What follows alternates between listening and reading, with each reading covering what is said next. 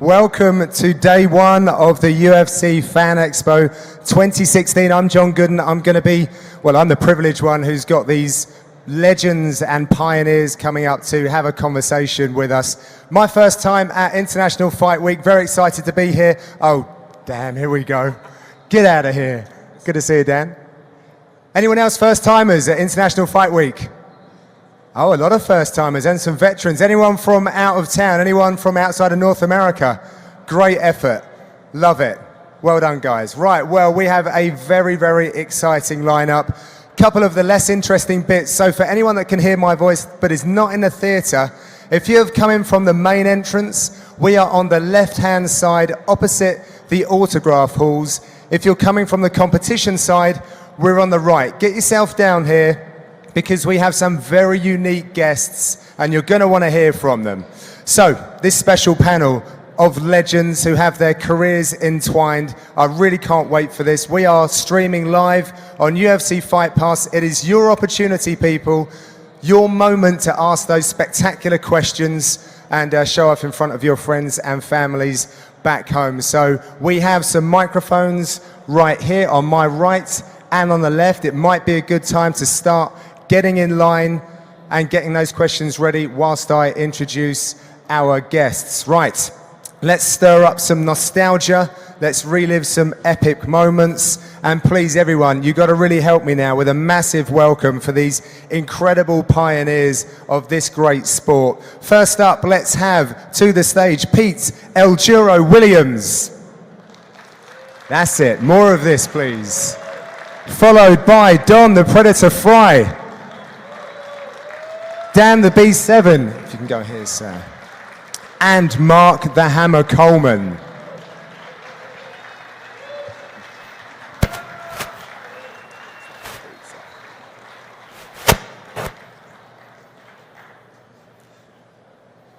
Gentlemen, how are we?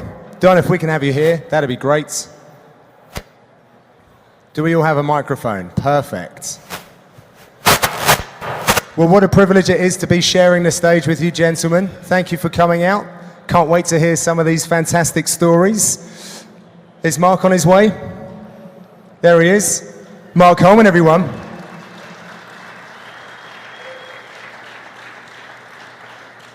Final seat at the end there, please, sir.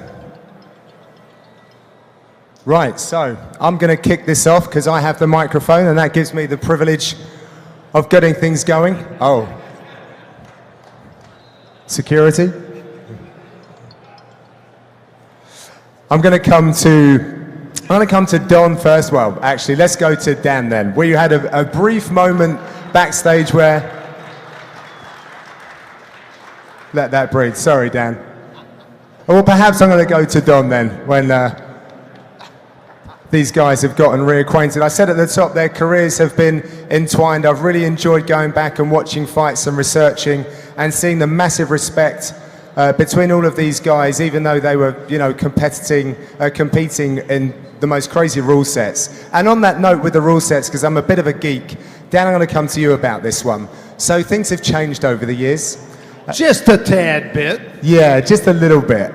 In terms of the rules that you've seen leave the sport, which ones were you unhappy about leaving, or perhaps which ones were you quite happy to say, oh, I'm so glad that that's gone? Well, let me just put it this way. The rules had to be changed because of the onslaught attack that was taking place. You had a lot of athletic commissioners or politicians that were trying to do away with the sport altogether. So what no holds barred once was had to make a lot of concessions, and it has morphed into the mixed martial arts product that it is today, looking out for more safety for the athletes itself. I still think that you'll see even more rule changes down the road, especially when it comes to the elbow being utilized as it is still to this day. But if you were to ask anyone if they were to watch side by side the two products, they would rather watch the product from days gone by. The Wild Wild West, where there was only the basic two rules of no biting, no eye gouging. Into the rules. And they were more guidelines than rules, you know. Mark, whilst Dan was talking there, you were shaking your head, talking about, you obviously have some thoughts about how these rules have affected the game. Well, like you said, they did have to make the changes. I didn't like it, but for the sport, it had to be done. And I was not happy when they took away the headbutts, obviously. I was ecstatic. I would have. Pete was the first guy that I fought without headbutts, and I must admit I was very confused out there.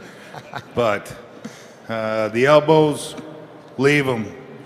It'll change the sport completely. You take away the elbows, it'll change the sport completely again. It's something you got to protect yourself from. So, enough rules made. Keep it the way it is. Okay, well said. I'm going to move on to another topic now. Don, I have read a recent interview where you were speaking about how preparing for fights has changed.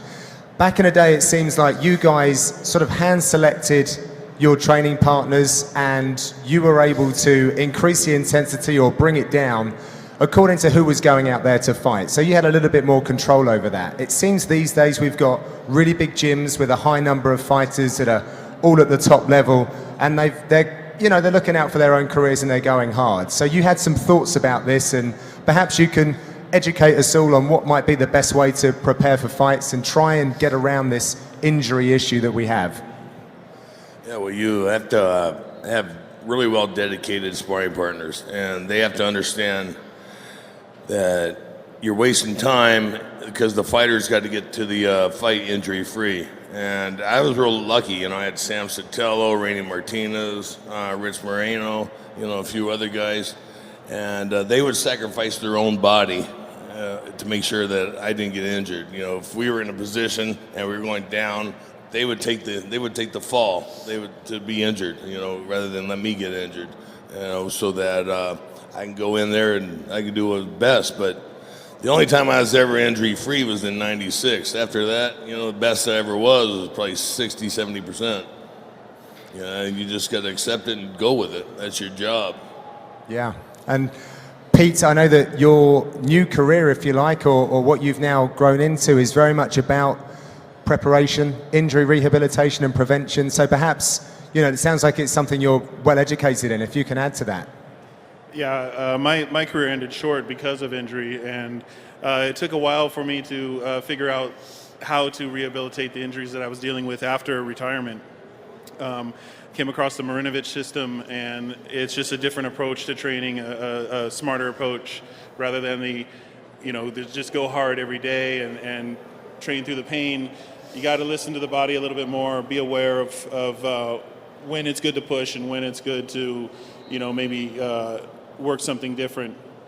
But it's all about going into the fight healthy, right? And on the note that Don was making, is you have to have training partners who are there not just for themselves but for you. You got to have, even though it's an individual sport, you got to have the team mentality. Sure. Where guys are sacrificing for the sake of your teammates. It's not just winning in the gym doesn't mean anything.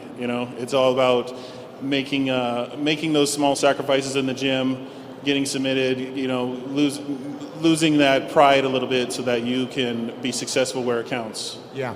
I just want to jump in and add one more element to that. I like everything that both gentlemen have said here right now. A lot of that boils right down to the coach himself overseeing the practices. There is no way that you can practice at 100% without either running off your workout partners or your workout partners, because they are human nature, not want to tolerate too much of this before wanting to give you something back in return. So that's the role of the coach as a mediator, to know that, okay, I see 10% certain flare, move them away from doing this element, maybe into something a little bit more safer, because you're seeing some of the cards take place now that you've had a complete 100% turnover.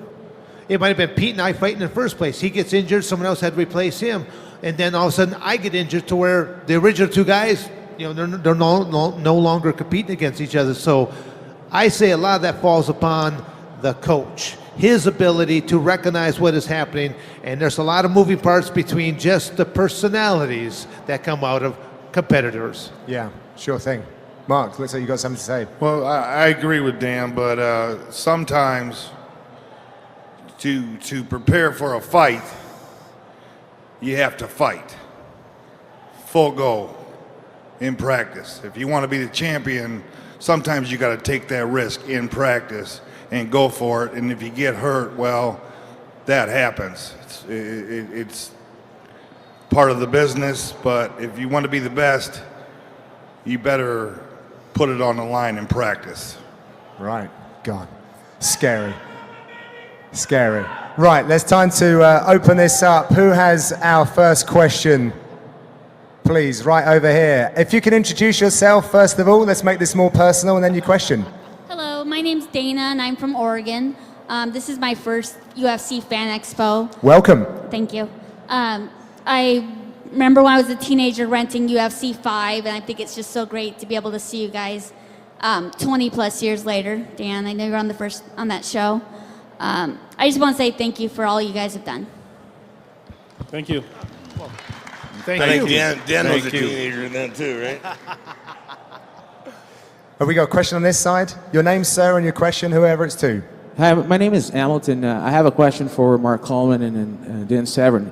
You guys were basically the first wrestlers to bring high-level wrestling to the octagon.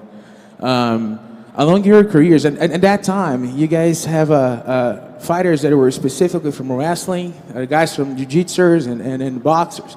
Along your career, when you guys realized that the sport will need to have a new breed, like having fighters well-rounded in all martial arts. My second question is for Don Fry. One of our memorable fights was in Japan with Takayama. Everyone knows about that. So I would like to ask you about what was the difference in fighting here in the United States and in Japan at that time? And my last question is for Pete. Pete, I was in Brazil when you fought. Hold up. Let's, because memory's over. Even I'm getting lost here. So the first question was to who, sorry? For Dan and Mark Coleman. Okay, yeah, go for it then, Dan, if you can remember the question. Okay, yes, if I heard you correctly, you're basically were just asking about the evolution of the sport, going that's from correct. a lot of one-dimensional athletes to now this more well-rounded individual. Yes, I became aware of this sport after the second event took place. What you have to understand is pay-per-view was not as available then as it is to today. Now, today you can go to your cell phone, your iPad, any type of device that's able to show electronic transmission.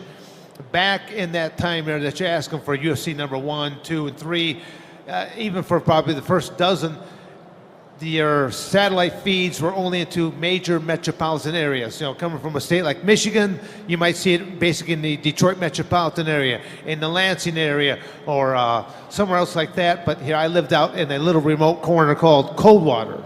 It did not get this. So basically, a buddy of mine watches the first two UFCs, copies them on an old VHS tape, and shows it to me.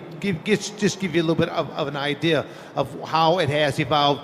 Now, talking about the athletes, yes, in the beginning, all of the athletes were one-dimensional. I throw myself in that same category. You had either just boxers, kickboxers, Muay Thai people, jiu-jitsu practitioners, wrestlers.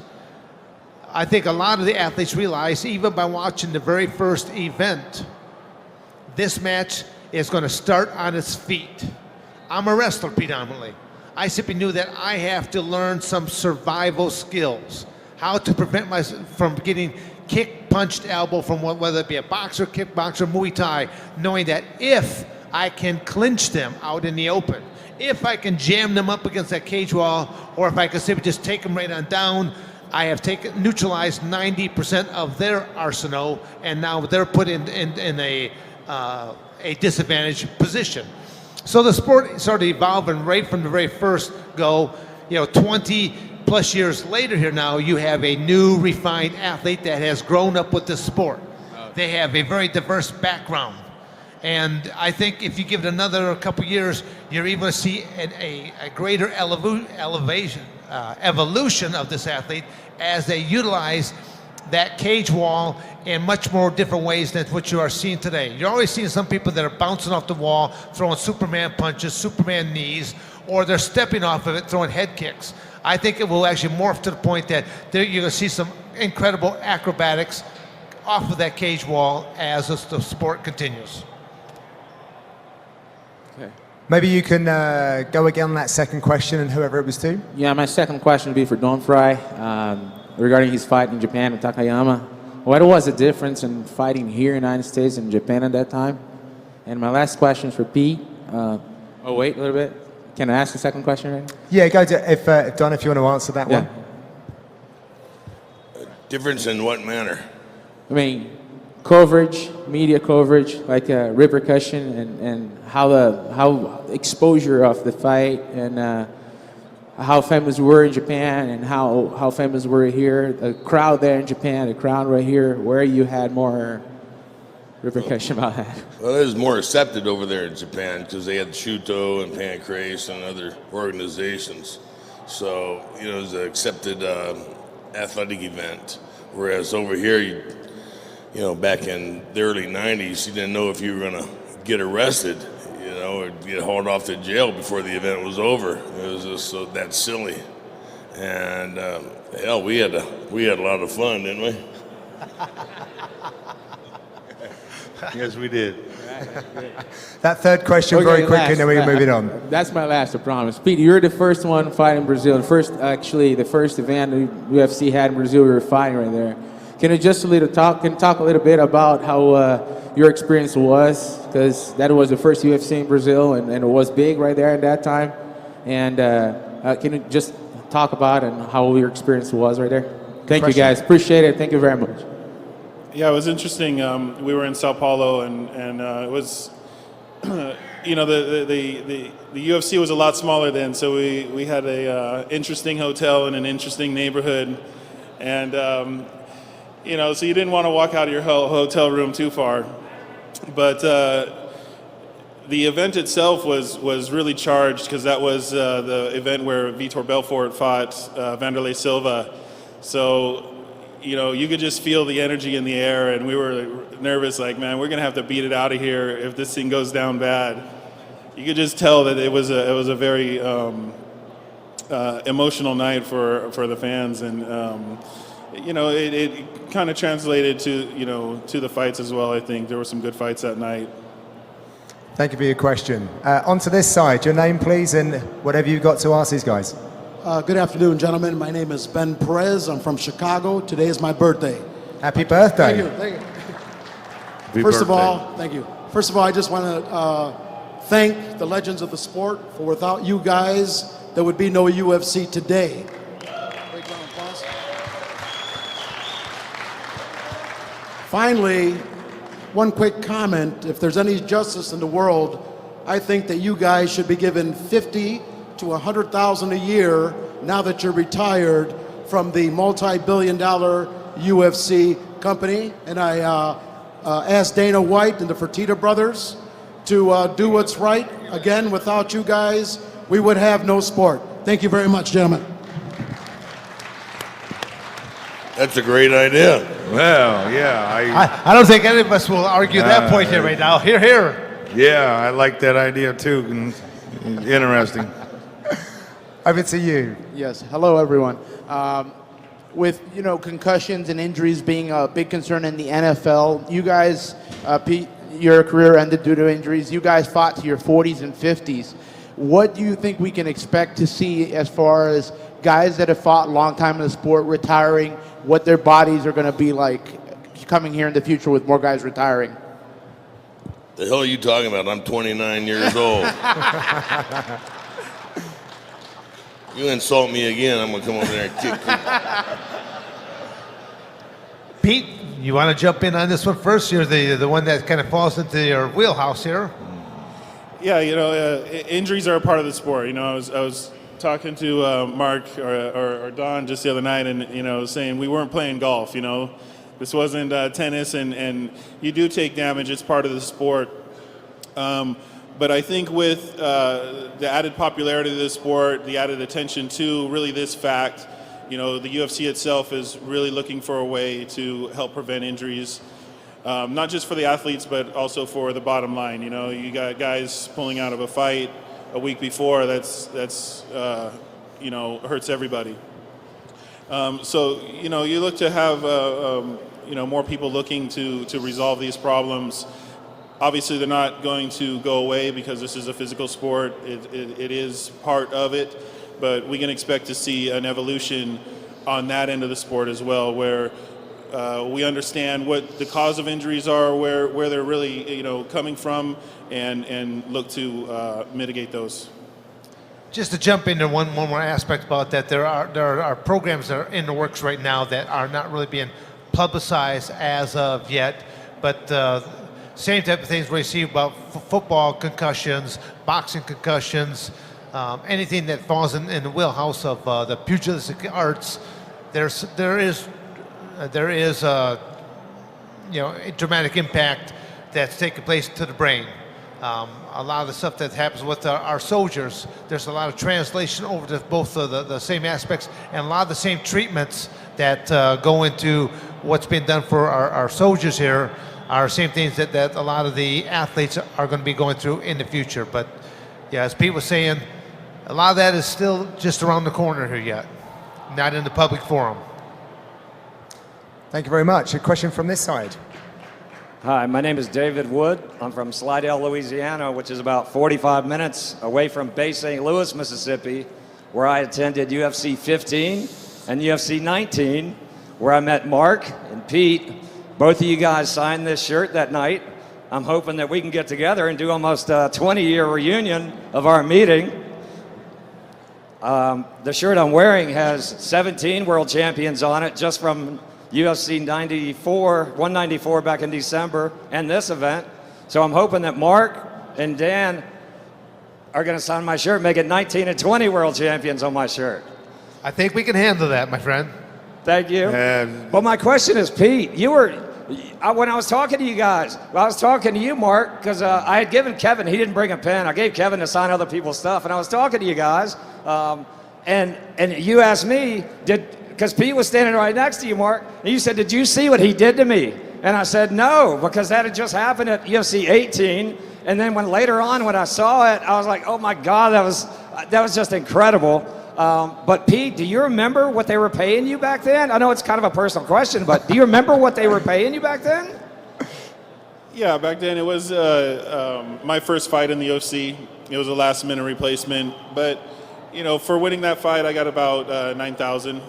And it was that was actually decent pay back then. It was more than I thought it would be. It was the beginning of the sport, and for a guy just to come in there and step in there to get paid that, it was a hell of a lot more than I got paid for any of the fights previous to that. Right. Thank you guys. Thank you. Hope to see you in a few minutes. It probably took $9,000 to repair that shin bone. Is that all right? Is your shin bone all right? I've been worried about it for a long time. It was sore. It was a little sore. Yeah. Next question from this microphone, please. Hi, my name is Chris Redfern from LA, and I've been following you guys since UFC 1 and the days of Pride, and you're all legends, and you all come from a specific background, a specific discipline. And now that MMA has evolved over the years, which discipline do you think is the most effective, and why? And what current fighter do you think best exemplifies that? Just kind of a short answer, but I'm kind of interested. Well, if you can't wrestle, you can't fight. I said that in '96, and that remains true today.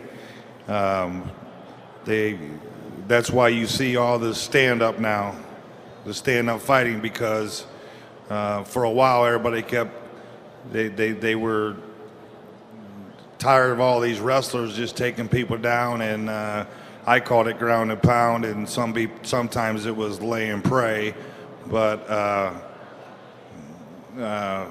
now everybody said you got to change the rules. You didn't have to change the rules. I just realized, just give it time and everybody will learn how to wrestle, and everybody has learned how to wrestle, and it's so hard to take somebody down, and if you do get somebody down, they find ways to get back up. So now the most prevalent part of the sport is stand-up. And I'd like to see a little more grappling, but stand-up fighting is where it's at. And I'm still proud to say that the wrestlers, they adapted pretty well to the stand-up game. And that's why we got a lot of wrestling champions, former wrestling champions, who have turned into mixed martial artists. Any of you guys add to that? Agree, disagree? And if there's any particular athletes that you can think of that really do illustrate what you're trying to explain? Yeah, I totally agree on the wrestling. That allows you to dictate where the fight's going to take place. And, you know, striking has come to be where the fight tends to take place, because that's where the finishes happen. But, you know, most of your champions out there really come from a wrestling base. Anyone, you know, that you can think of, really. Weidman, Rockhold, who just got dethroned, and many more out there. Cormier, the list goes on. Sure. You know, very strong wrestling background, and built on it to whether they either go for the takedown and go for the submission, ground and pound, or have become great strikers and just deny the takedown and keep it on the feet. Don, you were labeled as the first, I guess, hybrid fighter. Is that what they were saying at the time? You really took the three separate disciplines and brought that to the Ultimate Fighting Championship. What about the evolution of the game? Is there anything that you particularly like, anything that certain athletes now are displaying that you find really attractive and enjoy watching? Yeah, I like watching old Paige Van Zandt run around in those tight britches. What'd you just say? Watching Paige Van Zandt run around in those tight britches. She's a very solid mixed martial artist. I'm going to go. It looks a lot better than Dan Severn in Speedos, I'll guarantee you that. I can't believe that a man with a mustache is dishing me up here. What's up with this right now? I bring this guy up for as a pup, and now he turns on me. That's right, tigers eat their young. You know. Next question here, gentleman in the cap. Yes, my name is Gabe Ortiz. I'm from Arizona, and I'm Arizona State Sun Devil. I know we have some Sun Devils up on the stage there. Here, here. And I just want to ask, I have a 14 and a 15-year-old boy, and I kind of exposed them to Sunkist kids when they were 7 and 8 years old. They didn't know what I was doing. I kind of threw them on the mat. Their eyes were this big. They've fallen in love with the sport ever since. But I guess my question is, he kind of asked a little bit about where I wanted to go with the wrestling, but what advice would you give? I mean, my boys are out in the audience now, you know, 13 and 14. They love the combat aspect of the sport. They love the training, the mental toughness, all of the stuff that they've gotten from it that's kind of helped them in school and in life in general. But what kind of advice would you give to the youth? I mean, obviously wrestling is the base, but if you were to say, hey, there's one discipline, you know, not saying they're going to compete in the UFC, maybe, you know, but just in life in general, what would you say to the youth today that you've maybe learned from your experiences in wrestling and the sport in general, if you were to give them some advice from your experiences in the sport in general? Let's have their names before you answer. Give them a shout as well. What are their names, sir? They can stand up. Gabe Jr. and Mateo, stand up, boys. There you go. You're about to get some of the best advice you're ever going to hear. Over to you guys. I'll jump in here first on this one right now because you know, former Arizona State wrestler, but then also a coach at Arizona State University on top of that. And just so happens I am also the very first Sunkist kid ever. You were, exactly. Back in 1976. Correct. So I owe a great deal of gratitude for being a part of that program and for the support that Art Martori has given to the Sunkist program. Now to talk to a little bit about wrestling and pursuing this as a sport, especially from a young competitor's point of view. In the United States now, you can start competing at age 4. And I've had some parents bring me their 3-year-old and they're like, train him now or train her now. And it's like, I don't really believe in competition for them at this young of age, but simply to take them through all types of gross motor skills or some fine motor skills development. You know, wrestling is very heavily gymnastic based, a lot of types of gymnastics, exercise, and just the repetition of drilling techniques is really phenomenal for them. Obviously up here on the panel here, you have a lot of people with the wrestling background, so we're all going to be very biased towards that sport. It's it's a sport that I think that translates well into a lot of different things, and even in life experiences of that one-on-one type of competition. Let's face it, life is competition.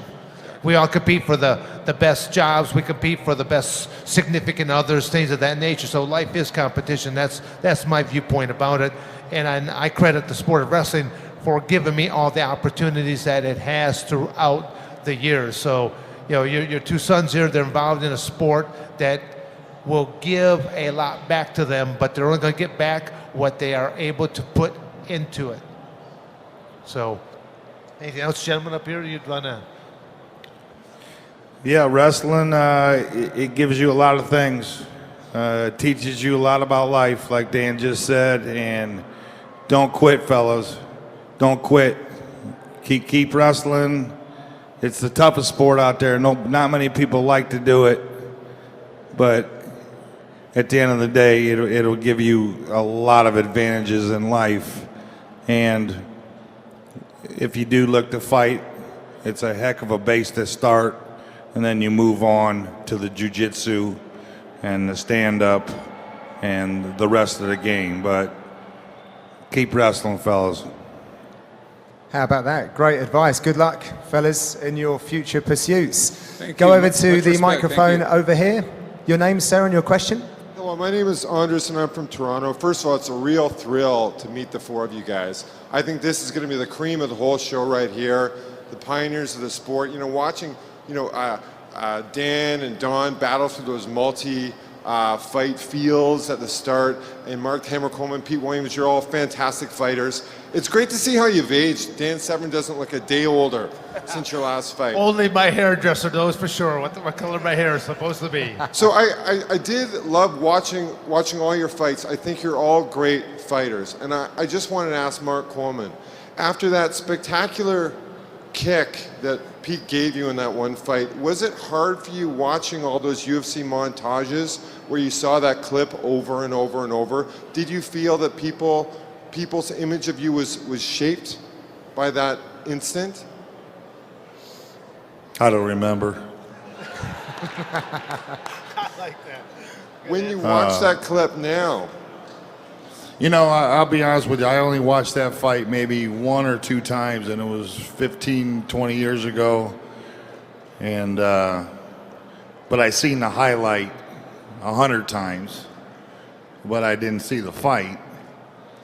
But then before I came here, I decided to go back and watch the fight, and damn, I had that damn thing. But congratulations, Pete Williams. That's called sucking it up in overtime and bringing it, and nice kick. Nice kick, and if that would have been my last fight of my career, I probably wouldn't be sitting up here because I'd probably be still sulking. But I was able to get up, and many people ask me, how did you pull it together after something like that? To me, it really wasn't even an option.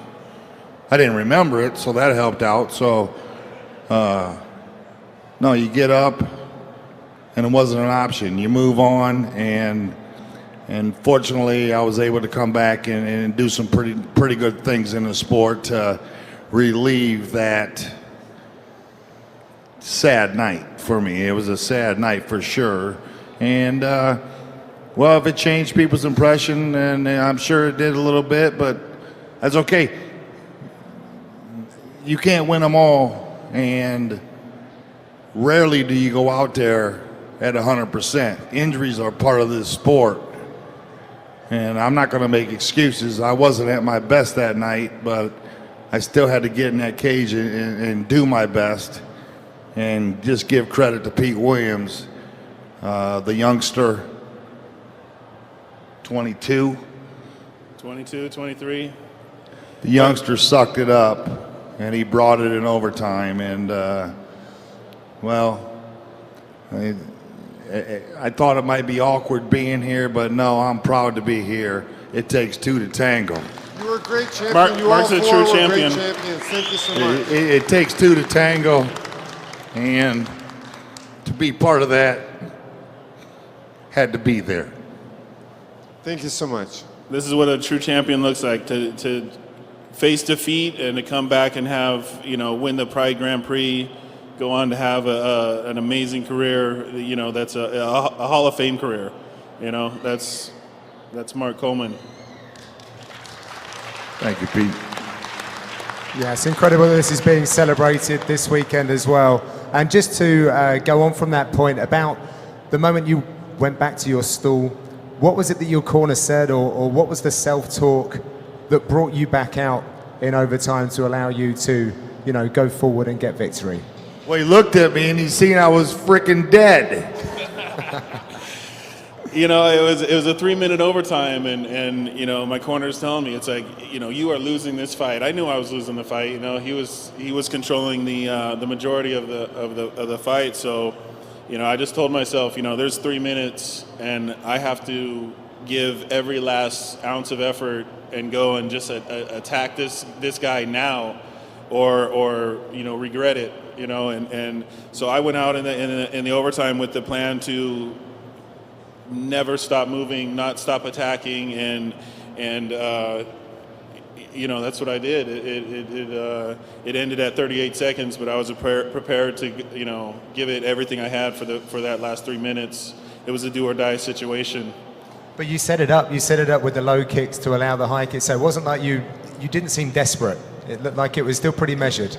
I knew if I was going to finish him, it was going to be in the last part of the round. Mark's just too powerful, too good of a wrestler, to expect to finish him early. So, it was part of the plan to, survive, just survive the first, half of the fight and start implementing, trying to get to the feet, outstrike him. I felt, this is an instance where wrestling, again, I think won the fight, because I was able to block some of his takedowns where, that allowed me to use my strikes. If I didn't have that wrestling base, I would be on my back with Mark, pounding me into the mat. Pete, you did hold on to the cage quite a bit that night. For dear life. You held on to the cage, and I didn't realize that. I watched the fight last week a couple of times, and what the heck was that? But it don't matter. If they would have gave me a point or two, it doesn't matter, because points don't mean shit when you end up on your back.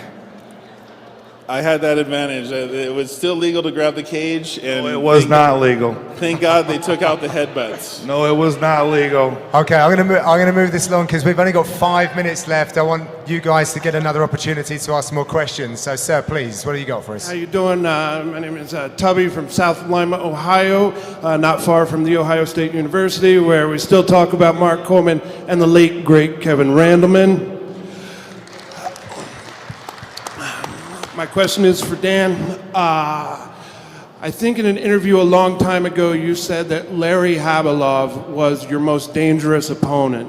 However, since then, I believe one of your old NWA Smoky Mountain Wrestling foes, Bruiser Bedlam, was implicated in allegedly blowing up a police station in order to do a jailbreak. And then, allegedly, yes, allegedly. And since then, I believe The Rock, I saw a film, I'm not 100% sure what it was about, but I think he crashed a helicopter into a mountain. So my question is, as you sit here today, is Larry Habilov still your most dangerous opponent, or would it be Johnny Canine or The Rock or anybody else? I like the question. I would still really go back to, that's the one, my very first encounter of walking into a match that I simply knew that there's no way I can compete with this other guy. And we're talking about the sport of amateur wrestling. We're talking more specifically freestyle wrestling on an international type basis. To be in his home country, to be wrestling in his city, in front of his fans, his family, his friends. I was walking into a very unique, a very biased territory. So yeah, I would definitely give Larry Habilov still the credit for being the toughest man I probably ever went against in my amateur wrestling / freestyle wrestling. Did you say Larry Habilov? Yes, Larry Habilov. Yeah, that's who whooped my butt. Oh. in the. Well, he whooped a lot of butts. He whooped my butt in the World Championships. Yes, that's one bad fellow right there. I think at the time I think I faced him as only a couple time, either world and or Olympic champion. But then I think it went on to add a few 3 or 4 more on top of that. So a very capable individual. And again, that's what when I talk to a lot of young wrestlers, I talk about that mental aspect of the sport. You know, most athletes, they train a body and they forget about the greatest tool that they'll ever have, and that is the mind. And that's... How'd you do? I beat him.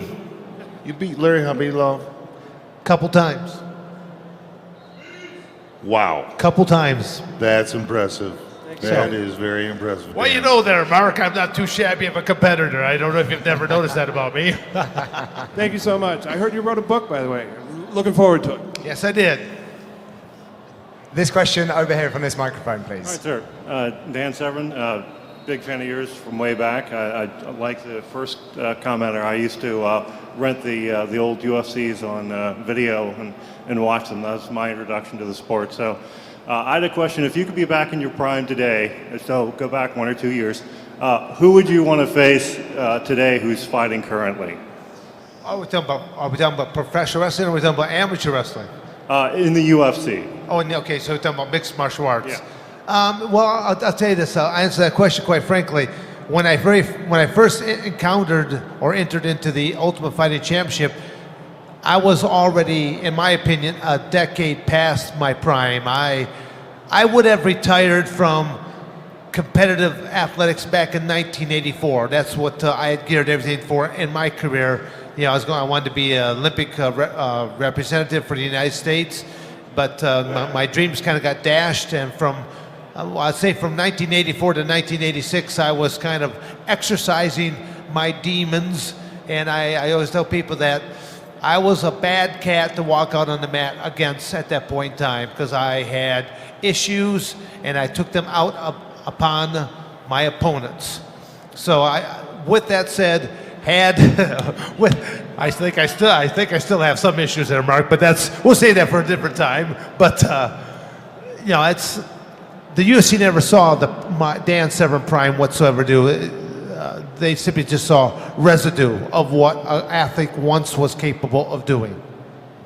Just to say, Dan, I respect your whole career, and you're one of my heroes, and what you did was truly amazing. But to find out you beat Larry Habibov, that's very, very impressive to me.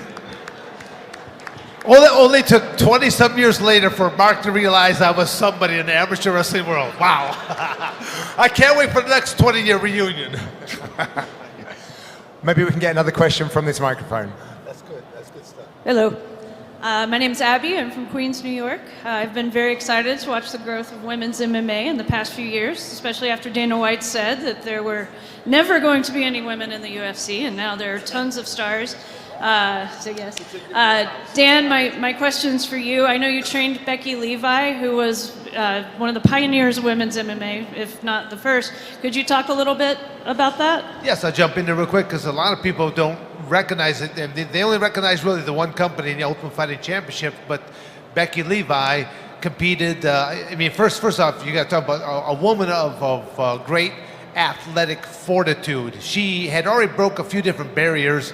She was an assistant wrestling coach when the sport was dominated by all males. So she had already broken one barrier before, and then to see her go out there, not only did she win and become really the first women's championship, but Marco like this because she won by utilizing headbutts as well.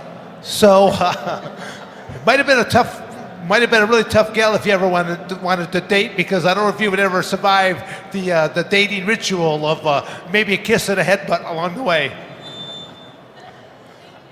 You're welcome. Sadly, ladies and gentlemen, we have come to the time where we have to bring this to a close. This has been absolutely fascinating. I could listen to you all day. Ladies and gentlemen, please show your appreciation for Pete, Don, Dan, and Mark. Thank you so much for coming out. Have a great fight week. Hope you enjoyed that. Thank you.